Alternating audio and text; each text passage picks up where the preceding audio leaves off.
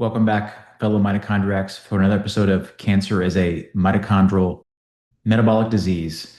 I'm Dr. Casey Peavler, back with you today to share another episode or another bit of information regarding ivermectin. Now, we've already had a couple of videos on ivermectin, and we've been able to share some, for me at least, some very exciting potentials. We've talked about ivermectin's ability to affect cancer stem cells. It has diverse effects on multiple cancer-related signaling pathways.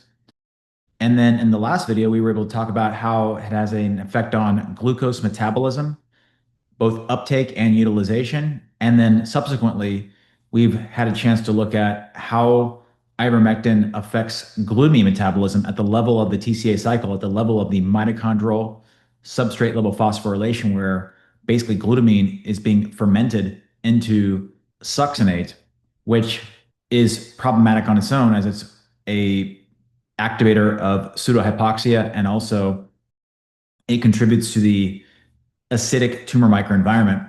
But today we're going to take a different approach at looking at if ivermectin has any potential to synergize with the standard of care, chemotherapy, radiotherapy, immunotherapy, etc. We're also going to look at, could ivermectin synergize with other metabolic inhibitors? And lastly, we're going to take a look at a few case reports of ivermectin being used as part of the treatment with folks with cancer. So without further ado, let's get into it. So as discussed, we're going to be talking about possible synergy with standard of care, synergy with other metabolic inhibitors, and then a couple of case reports. So the first paper we're going to look at was published in January of 2021. It was titled Ivermectin, a potential anti-cancer drug derived from an antiparasitic drug. Ivermectin is a macrolide antiparasitic drug with a 16-membered ring that is widely used for the treatment of many parasitic diseases such as river blindness, elephantitis, and scabies.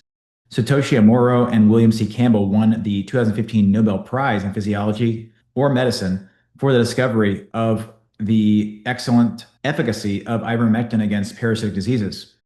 Recently, ivermectin has been reported to inhibit the proliferation of several tumor cells by regulating multiple signaling pathways, thus suggesting that ivermectin may be an anti-cancer drug with great potential. Here, we review the related mechanisms by which ivermectin inhibited the development of different cancers and promoted programmed cell death, and discuss the prospects for the clinical application of ivermectin as an anti-cancer drug for neoplasm therapy. In the paper, it further says ivermectin selectively inhibited the proliferation of tumors at a dose that is non-toxic to normal cells and can reverse the MDR, multi-drug resistance, of tumors. It has been widely used in humans for many years, and its various pharmacological properties, including long and short-term toxicological effects and drug metabolism characteristics, are very clear. In healthy volunteers, the dose was increased to 2 milligrams per kilogram, and no serious adverse reactions were found. While tests in animals such as mice, rats, and rabbits were found to have the lethal dose, LD50, of ivermectin was 10 to 50 milligrams per kilogram. In addition, ivermectin has been proven to show good permeability in tumor tissues. Unfortunately, there have been no reports of clinical trials of ivermectin as an anti-cancer drug. There are still some problems that need to be studied and resolved before ivermectin is used in the clinic. So moving on, the next paper we're going to talk about was published in June of 2020, and it says anti-tumor effects of ivermectin at clinically feasible concentrations support its clinical development as a repositioned cancer drug. It says that the breast MDA-MB231, MDA-MB468, and MCF7, and the ovarian SKOV3 were most sensitive cancer cell lines to ivermectin. Conversely, the prostate cancer cell line DU145 was the most resistant to its use.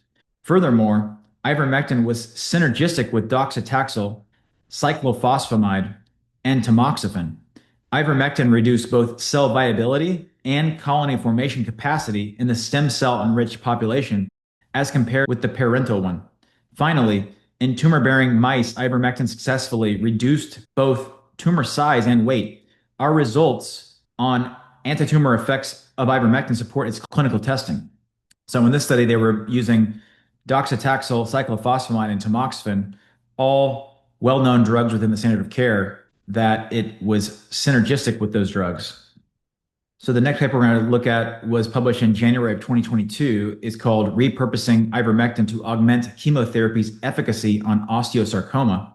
And it says here, ivermectin was effective and acted synergistically with doxorubicin in osteosarcoma cells regardless of cellular origin and genetic profiling. This was achieved through suppressing inhibiting growth and migration and inducing caspase-dependent apoptosis. Ivermectin also significantly inhibited osteosarcoma growth in vivo, and its combination with doxorubicin resulted in much greater efficacy than doxorubicin alone.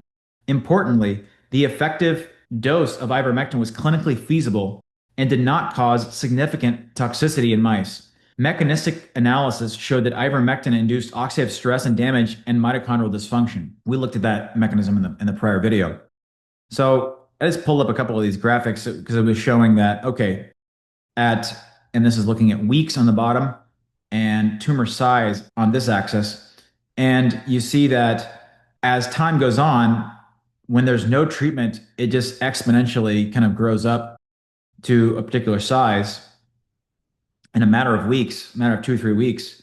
When ivermectin was given, you see a significant decrease in the slope, but still, you still see a large amount of growth at the 4-week mark. When doxorubicin was given, it seems to be more powerful. And then when the combination is given, you see a very, very slow, minimal growth even at 8 weeks. So there's definitely a clear synergy in this particular study for osteosarcoma with doxorubicin and ivermectin. It said later in the paper, Juarez et al.'s work highlight that ivermectin is a wide-spectrum cancer drug as it inhibits growth of more than 50 human cancer lines to some degree. Based on human therapeutic doses of ivermectin, the range between 0.1 and 0.4 milligrams per kilogram, which is equivalent to 0.5 to 2 micromoles. The concentrations of ivermectin used in osteosarcoma cell culture models are clinically relevant, which are important for drug repurposing. Said later, a phase 1 pharmacokinetic study suggested that ivermectin up to 2 milligrams per kilogram is tolerable. We also demonstrated that ivermectin at 0.5 milligrams per kilogram did not cause toxicity in mice, whereas significantly inhibited osteosarcoma growth. Later says, better knowledge of mechanisms of drug activities is essential for repurposing. Molecular mechanisms of ivermectin's action in cancer include inducing autophagy, mitochondrial dysfunction, and oxidative damage, inhibiting the WNT, TCF, and the AKT-mTOR pathways. Our findings suggest that ivermectin acts on osteosarcoma cells via inducing oxidative stress and damage, as shown by the increasing levels of ROS, mitochondrial superoxide, hydrogen peroxide, 8-OHDG, protein carbonyls, and MDA. Oxidative stress is closely associated with cancer development, and as pro and anti-tumor effects, excessive oxidative stress disrupts redox balance via exhausting the antioxidant system capacity and leads to irreparable damage and tumor cell death, as shown in our study that ivermectin decreases mitochondrial membrane potential, complex 1 activity, and ATP production. An increasing number of therapeutic strategies are being developed that elevate ROS to eliminate cancer cells, and furthermore, that ROS-induced drugs demonstrate cancer selectivity. There's some important bits of information scattered in this paper. Let's go back to this slide here. So number one, it's been studied in having an effect on more than 50 human cancer cell lines. That's pretty awesome, which means that it's probably hitting on a hallmark of cancer. And as we've looked at in the past, at its pro-growth signaling cascades that it has effects on, as well as both glutamine and glucose utilization, it seems that it doesn't really matter probably what cancer it's working on because it's hitting on a hallmark of the Warburg substrate level phosphorylation metabolism that is seen. Second, based on the dosing strategies to get the proper concentrations in the bloodstream, you're going to need somewhere between 0.1 and 0.4 milligrams per kilogram to get those effective doses. However, the dosing that I've seen kind of anecdotally is somewhere around 1 milligram per kilogram, and it is seemingly safe and very tolerable, upwards of 2 milligrams per kilogram. So there's a decent amount of a therapeutic window there. Before I did my deep dive, I saw that somewhere between zero point 0.2 and zero point 0.3 milligrams per kilogram was kind of the sweet spot. And that kind of corresponds with what they're seeing here, maybe upwards of zero point 0.4 milligrams per kilogram. And then in terms of like toxicity, it seems that we can go much higher than that if needed to maybe have a higher clinical effect. The other part that I thought was interesting was kind of looking at this idea of inducing oxidative stress through damaging mitochondria. Now, I know that there are some folks out there who believe that giving ivermectin preventatively is a good idea. I personally am not in that camp. I'll tell you why, because it's showing that it is increasing the amount of ROS, mitochondrial superoxide, hydrogen peroxide, 8-OHGG, MDA. Those are all markers of DNA damage. And like it says here, oxidative stress is closely associated with cancer development as a pro and anti-tumor effects. So I think it makes a ton of sense to potentially use things that increase reactive oxygen species above and beyond kind of physiologic levels as a part of a kind of a holistic strategy, attack cancer, because the cancer cells, when they're in that kind of like maimed state with the lack of glucose and glutamine, can't react or adapt to that oxidative stress, which leads you to have a more of a specific effect on the cancer cells versus the normal cells. But I still think that things that decrease mitochondrial membrane potential, complex 1 activity, and ATP production overall is not going to be a great long-term strategy for prevention. In fact, that could be something that would be less than ideal from a preventive medicine perspective. In conclusion, it says, in summary, we demonstrate that ivermectin displays a potent anti-osteosarcoma activity via inducing oxidative damage and mitochondrial dysfunction. The synergism between ivermectin and doxorubicin make ivermectin an attractive addition to the treatment armamentarium for osteosarcoma. The next paper we're going to look at was published in 2022, June of 2022, and is titled Ivermectin Synergizes with Sorafenib in Hepatocellular Carcinoma via Targeting Multiple Oncogenic Pathways. It says here, advanced hepatocellular carcinoma, HCC, results in generally poor clinical outcomes and necessitates better therapeutic strategies. Ivermectin, which is an existing antiparasitic drug, has been recently identified as a novel anti-cancer drug. In line with previous efforts, this work demonstrates the translational potential of ivermectin to treat advanced hepatocellular carcinoma, HCC. We demonstrate that ivermectin at clinically relevant concentrations was active against growth and survival in multiple HCC cell lines. We showed that ivermectin had the potential to inhibit metastases and target HCC stem cells function. Mechanism studies correlate well with the cellular phenotypes observed in ivermectin-treated cells and demonstrate inhibition of the mTOR STAT3 pathway, suppression of epithelial mesenchymal transition, and reduced expression of stem cell markers. We further demonstrate that ivermectin inhibited tumor formation and growth in HCC xenograft mouse models without causing significant toxicity in the mice. Using combination index, CI, we showed that ivermectin and sorafenib were synergistic in HCC in vitro, and this was further confirmed in vivo. Our work demonstrated that the potential anti-HCC activities of ivermectin and its multiple targets on essential oncogenic pathways. Our findings provide preclinical evidence to initialize clinical trial using ivermectin and sorafenib for treating advanced hepatocellular carcinoma. When we actually dig into the paper, it says, consistent with many studies on the inhibitory effect of ivermectin in cancer, we show that ivermectin is effective against HCC. Mandy et al. Has tested the effects of ivermectin on 28 cancer cell lines covering many types of cancer, found that the IC50 of the most sensitive cell lines of ivermectin was roughly 5 micromoles. The IC50, based on proliferation assay of ivermectin and HCC, was 2.5 to 5 micromoles, suggesting that HCC is more sensitive to ivermectin compared to other cancers. Pharmacokinetic data in humans has shown that 5.2 micromoles of ivermectin is detected in healthy subjects with a dose of 2 milligrams per kilogram, suggesting that the most effective dose of HCC is clinically reachable. This is interesting. So they're actually able to figure out that most cancer cell lines, these 28 cancer cell lines that they studied, majority of them are sensitive to ivermectin at 5 micromoles, whereas HCC was lower at 2.5 to 5 micromoles concentrations. And it was saying in order to achieve 5.2 micromoles of concentration for humans, you would need 2 milligrams per kilogram. So it's giving us more, information about what a potential dosing strategy could or could not be for ivermectin in the future. Our work also demonstrated that ivermectin targeted stem-like cells in hepatocellular carcinoma, and this cell subset was way more sensitive to ivermectin than bulk HCC cells, as shown by anchorage-independent cell growth assay.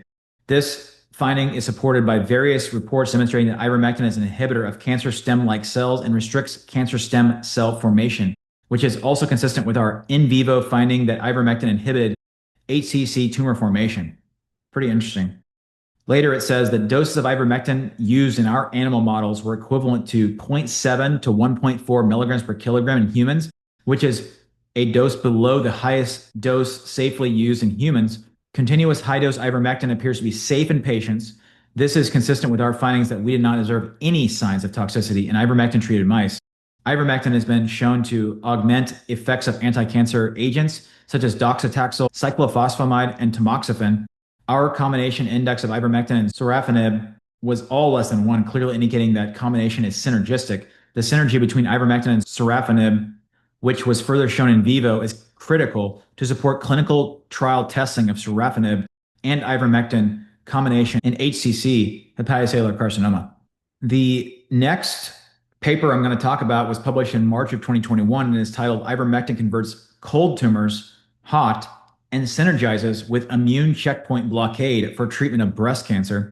It says here in the abstract, while neither agent alone showed efficacy in vivo, combination therapy with ivermectin and checkpoint inhibitor anti-PD-1 antibody achieved synergy in limiting tumor growth and promoted complete responses, also leading to immunity against contralateral re-challenges with demonstrated anti-tumor immune responses. Going beyond primary tumors, this combination achieved significant reduction in relapse after neoadjuvant and adjuvant treatments and potential cures in metastatic disease. Statistical modeling confirmed bona fide synergistic activity in both the adjuvant and metastatic groups. Ivermectin has dual immunomodulatory and ICD-inducing effects in breast cancer, converting cold tumors hot. That represents a rational mechanistic partner with checkpoint blockade. If you actually dig into the paper itself, it says robust infiltration of both CD4 and CD8 T cells were seen in ivermectin-treated tumors, but not the untreated tumors. Significantly higher percentages of cells were positive for CD4 and CD8 in ivermectin-treated than untreated tumors. Together, these data indicate the treatment of ivermectin induced hallmarks of ICD within 4T1 breast tumors and recruited large numbers of CD4 and CD8 T cells into these tumors. So it not only kind of like uncovers the necessary PD-1 portion that allowed these PD-1 antibodies to now go from not working, cold, to hot, working again. It also significantly activated an immune response with these CD4 and CD8 T cells in the ivermectin-treated tumors compared to the ones that were not treated. So, I haven't gone into the immunology piece of how ivermectin works. It sounds like I have some work to do with that. But it seems like there's just maybe as many as like dozens of mechanisms that show positive benefit with ivermectin and a variety of cancers. One study showed 50 different cancers, one showed 28 different cancers, and it was the concentrations necessary for those cancers to be robustly killed were highly achievable at doses that were non-toxic to both animals and humans, which I think is pretty awesome. The next paper was published in July of 2023. Combinations of ivermectin with proteasome inhibitors induced synergistic lethality in multiple myeloma. It says here that ivermectin and bortezomib exhibited synergized anti-multiple myeloma, or MM, activity in vitro.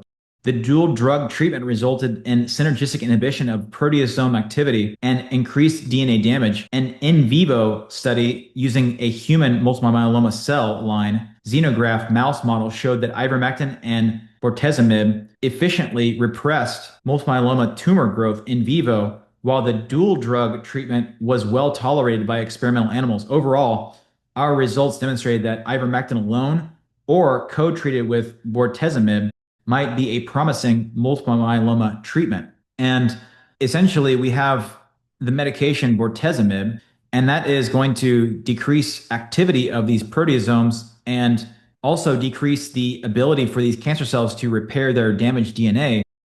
And then ivermectin is going to cause direct DNA damage, and it's going to block these proteasomes from getting where they need to go to perform the activities that they're going to be performing. We're just really stacking up the types of mechanisms that are seen by ivermectin in a variety of cancers. I really wanted to pull this paper because it was on a non-solid tumors on a multiple myeloma study. I know a lot of people who have non-solid tumors think that they're kind of like left out from metabolic therapies, and that's very unlikely to be the case. So ivermectin seems to also synergize with non-standard of care treatments as well, other kind of metabolic inhibitors. And, I haven't got a chance to go much into the methionine, Hoffman effect type cancer metabolism theories and studies, but this one caught my eye. So it was published in January of 2025, so it's very new. And it was titled Ivermectin combined with recombinant methionase, R-METase, synergistically eradicated these MIA, PA, CA2 pancreatic cancer cells. And it says here the IC50 of ivermectin for these pancreatic cancer cells was 5.9 micromoles. The IC50 of R-methionase on these was 2.93 units per ml. And ivermectin plus this methionase synergistically greatly reduced the viability of these cells compared to ivermectin alone, 80% reduction versus a 45% reduction respectively. So it basically nearly doubled the effectiveness of ivermectin alone. The combination of ivermectin with this recombinant methionase effectively eradicated these pancreatic cancer cells. The present results indicate the future clinical potential of the combination of recombinant methionase currently administered orally to patients as a dietary supplement and oral ivermectin on pancreatic cancer. And I wanted to take a look at this graphic. So let's say we have the control group. They're having, they have 100% cell viability. They're just growing out of control. And then we add ivermectin and we get a very large response, 45% response, just with ivermectin alone. And then if you added just by itself this recombinant methionase, you get about probably somewhere between a 35 and 40% reduction. But when you combine these two metabolic inhibitors, you see an 80% reduction in the cell viability of these pancreatic cancer cells, which is pretty awesome. The next study was the same combination published a month later, February of 2025, but instead of pancreatic cancer, they used breast cancer. So it says here that treatment of ivermectin at the level of 4.89 micromoles did not significantly reduce the viability of these MCF7 cells, but recombinant methionase alone significantly did reduce them compared to the control group. The combination of ivermectin and recombinant methionase resulted in significantly greater reduction in cell viability than either agent alone, including a 9.9-fold greater efficacy than ivermectin alone, demonstrating synergistic efficacy. The combination of ivermectin and recombinant methionase had synergistic efficacy against these MCF7 cells in vitro. The present findings suggest that the combination of ivermectin and recombinant methionase is a promising strategy for breast cancer requiring further preclinical and clinical evaluation.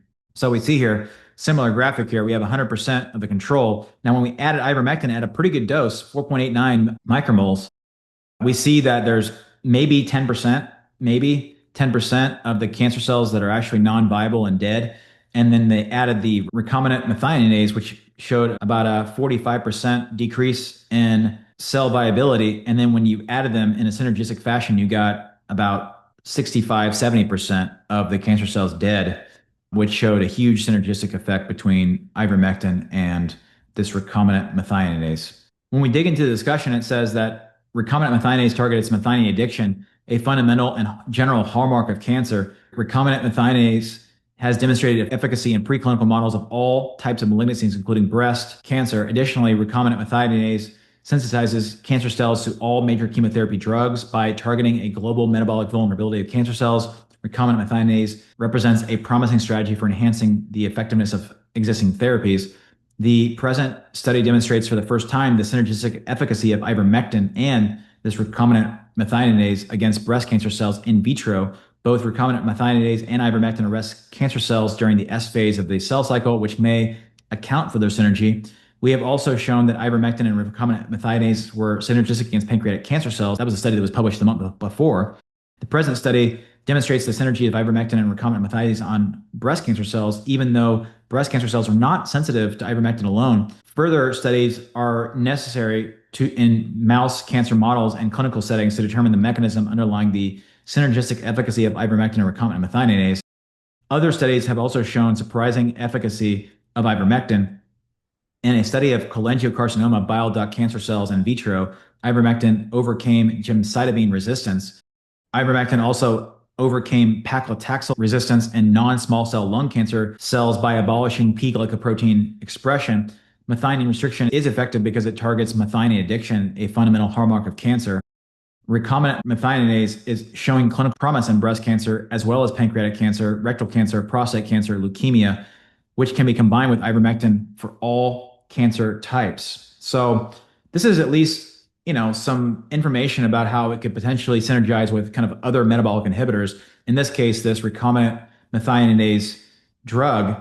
But what about other drugs? So this paper was published in March of 2023. Ivermectin augments the anti-cancer activity of pitavastatin in ovarian cancer cells. And it says here that we have previously shown that pitavastatin has the potential to be used to treat ovarian cancer. Although relatively high doses are likely to be necessary, one solution to the problem is to identify drugs that are synergistic with pitavastatin, therefore reducing the dose that is necessary to have a therapeutic effect.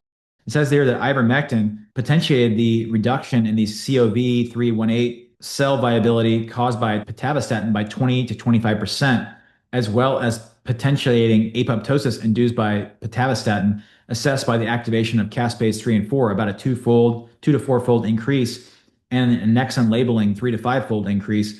These data suggest that ivermectin may be useful in the treatment of ovarian cancer when combined with pitavastatin, but methods to achieve the adequate ivermectin concentration in tumor tissues will be necessary. So let's see here. So let's look at ivermectin concentration. So we saw in that last paper that we could get about 5 to 6 micromoles at about the max dose we can tolerate for humans, right? So that's about 2 milligrams per kilogram. So let's say hypothetically, this is about as high as we can realistically go and push it up. And they're saying that at those levels, proportion of cells percent. So, okay, so this is an increasing dose of pitavastatin. Okay, so I just want to get oriented here. So at 0, we see, most are alive, some are in early apoptotic, and some are late apoptotic because there's going to be always some cell turnover. And then if we add pitavastatin, we see the alive are much further reduced at 8.2 micromoles of pitavastatin. Then there's 0, 6, and 9 of ivermectin, and you see some like mild dose, at the kind of the doses we're looking at least for these ovarian cancer cells, you're seeing some mild, even at the higher doses, mild decreases. But when they combined at doses that were achievable of both the statin and the drug in question, the ivermectin, you see much greater efficacy than either of them alone, right? So let's say the best we could do was 8.2 micromoles of pitavastatin at a nearly 50%, or actually more than 50% decrease. However, when combined with ivermectin, you see I don't know exactly because it's not enough, but let's say this is 25%. We're seeing probably a nearly 80 to 90% decrease at achievable levels of ivermectin and pitavastatin, respectively. So that's pretty unbelievable. And this goes to show the synergy between two different drugs. And you can just kind of like start to think, well, what happens if you were on a ketogenic diet? In addition to that, what if you're on ivermectin and mebendazole and statins and I don't know, metformin and you add in Dawn, or maybe you don't need to add those things in. But my point is you can see how, potentially there could be synergy between maybe 4 or 5 key medications, repurposed medications or supplements or dietary interventions that could be highly synergistic. And you can see that 1 plus 1 does not equal 2, it equals 5, right? So it's pretty unbelievable. Going further, it says evaluation of combination of pitavastatin and ivermectin on cell viability exposed to ivermectin, exposed for 72 hours. So we see that cell death, so this is not percentage alive, this is how many cells are actually dead. So here's the concentrations that we can probably see realistically with oral dosing of ivermectin, somewhere between here and here, right? So we're looking at somewhere between 10, maybe 15 to 16% decrease in cell viability or the amount of cells that are dead. And then we see pitavastatin being actually quite a bit more effective, at least at these concentrations that were given. And then we see, okay, so this is not cell death. Now we're looking at the caspase activity. And without getting too deep into the weeds, because I don't think I have a great graphic that I can show you this here. Let me see here now. I don't have a great graphic. So my point is that caspase activity is the amount of activity of programmed cell death, basically. So you're going to see that that's at least the proposed mechanisms of how these are synergistic together. You're seeing that there's increasing amounts of programmed cell death activity and apoptosis. And that's showing us a synergy here. This is just a paper that I wanted to pull quickly. I'm not going to really go over a lot of this because I probably have a whole video on statins at some point. But this is just showing where statins are actually having an activity against. And it's showing that it has a repurpose effect against cancer cells in particular. If we go down further to a little bit better graphic, we see that HMG-CoA is being inhibited here by statins. It's an HMG-CoA reductase inhibitor. And that blockade in the fatty acid pathway is leading to decreased amounts of CoQ10 as well as glutathione peroxidase activity, which then leads to lipid peroxidation and ferroptosis. So that's like at least the proposed mechanism of how statins kill cancer cells is they basically kind of set the stage and they set cancer cells up for failure with ferroptosis. And so ivermectin, we've talked about ivermectin's mechanisms kind of ad nauseum. But when what does ivermectin effectively do? It shuts down metabolism. It shuts down these cancer-related signaling pathways. But what it also does is it increases reactive oxygen species within cancer cells, in particular in mitochondria and outside the mitochondria. So what do we have here? We're adding ROS via ivermectin, and we're setting the cancer cell up for failure via susceptibility to lipid peroxidation and ultimately ferroptosis or iron-dependent programmed cell death. Pretty cool. So there's also synergy between ivermectin and dichloroacetate. And this paper was published in February of 2022. It says we formally reported the combination of dichloroacetate, omeprazole, and tamoxifen blocked cancer progression by reducing lactic acid production and inducing superoxide production. Recently, ivermectin, a well-known anti-parasite drug, was reported to share the same mechanisms with them and have anti-tumor activity. Here we present 3 patients in whom the combination of dichloroacetate, omeprazole, plus tamoxifen and ivermectin dramatically relieved the symptoms accompanying cancer and sarcoma progression. So these are the case reports I was going to talk about. There's 3 case reports. Case number 1, a 69-year-old female was diagnosed with invasive breast cancer October 2015. She underwent left breast partial mastectomy, but bone metastases and pleural dissemination appeared. She responded to chemo endocrine therapy, but it soon became less effective and intolerable side effects appeared. We gave up conventional therapy and started treatment with dichloroacetate, omeprazole, and tamoxifen from October 2021, weekly use of 3 tablets of 333 milligrams per day. So they were using 333 milligram tablets per day, generally dichloroacetate on a mg per kg dosing. So I don't know what the weight of this female was, but I'm guessing they were probably in that mg per kg dosing. They got 3 tablets of 40 milligrams of omeprazole, which is more than we generally give. Even for people who have like recent gastrointestinal bleeding, we give 40 twice per day. But they gave 3 tablets of 40 milligrams per day. And they gave 20 milligrams of tamoxifen every day. This relieved her symptoms, bone pain, shortness of breath, and general fatigue instantly, but not completely. Hence, we added a tablet of 12 milligrams per day of ivermectin, which probably is pretty low dosing for her, just my best guess, which stabilized pleural effusion and induced tumor marker reduction, CEA, went from 12.9 to 7.3, and the cancer antigen CA 15.3 went from 302 to 229 in 3 months. Pretty cool. Second case, 54-year-old male was diagnosed with right femur osteosarcoma February 2021. He underwent neoadjuvant chemotherapy with adrenomycin, ifosfamide, followed by tumor resection, but local recurrence occurred. Although he received chemotherapy with ifosfamide, doxorubicin, and cisplatin, lung lymph node metastases and pleural dissemination appeared. He could not walk out of his house because of the shortness of breath and severe pain. Since the combination of dichloroacetate, omeprazole, tamoxifen had not been effective in sarcoma patients in our study, we decided to add ivermectin to them.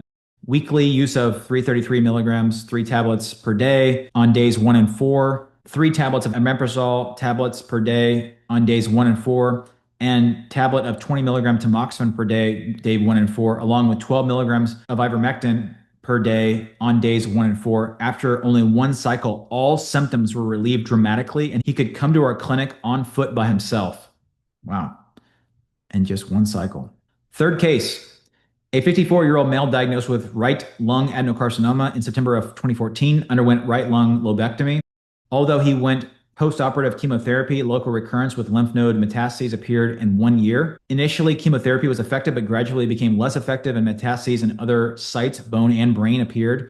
Even after we started the combination with a tablet of 333 milligram dichloroacetate every 2 days, a tablet of 40 milligrams of omeprazole every 2 days, and a tablet of 12 milligrams ivermectin per week, his symptoms, cough, shortness of breath, pain, and appetite loss did not improve. However, soon we changed our protocol of 12 milligrams of ivermectin twice per week. All the symptoms were relieved. Wow.